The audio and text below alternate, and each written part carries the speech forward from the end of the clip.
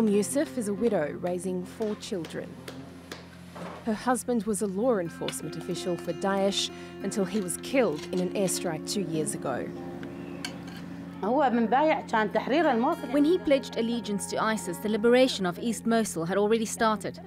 But the circumstances were so bad that he couldn't take it anymore. Living conditions were worse than impossible. She and her children are still haunted by his legacy.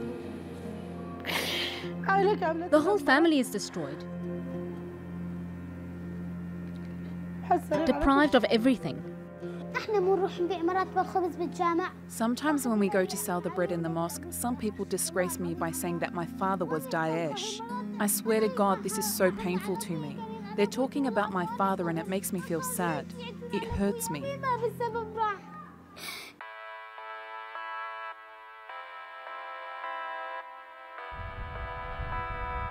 As Daesh lost its foothold in Iraq, thousands of people living under its self-proclaimed caliphate followed the group into Syria. Now that it's been defeated, they've been left languishing in camps controlled by the US-backed Syrian Democratic Forces. Iraqis make up about 40% of the population at the Al-Hol refugee camp in northeast Syria. The government in Baghdad has spent months negotiating for the return of about 30,000 people.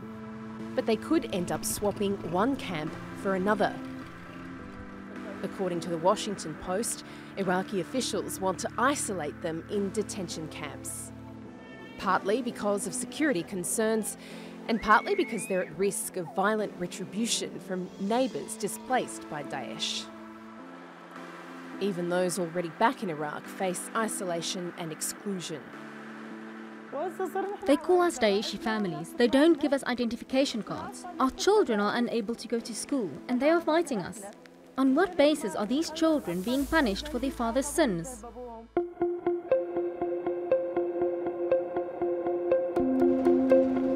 Children born under Daesh's so-called caliphate were rarely registered with Iraqi authorities. Now, about 45,000 children have no identification documents. Therefore, they cannot register in school. They cannot go to the hospital or have any kind of health care. They cannot get vaccination, and they cannot receive any kind of assistance from their government, such as food distribution. Basically, today they don't exist in their country. Tom Perry Costa from the Norwegian Refugee Council says Iraq risks alienating an entire generation. By punishing entire families, you marginalize them and you seriously undermine reconciliation efforts in Iraq. You cannot hold accountable children for the crime of their parents.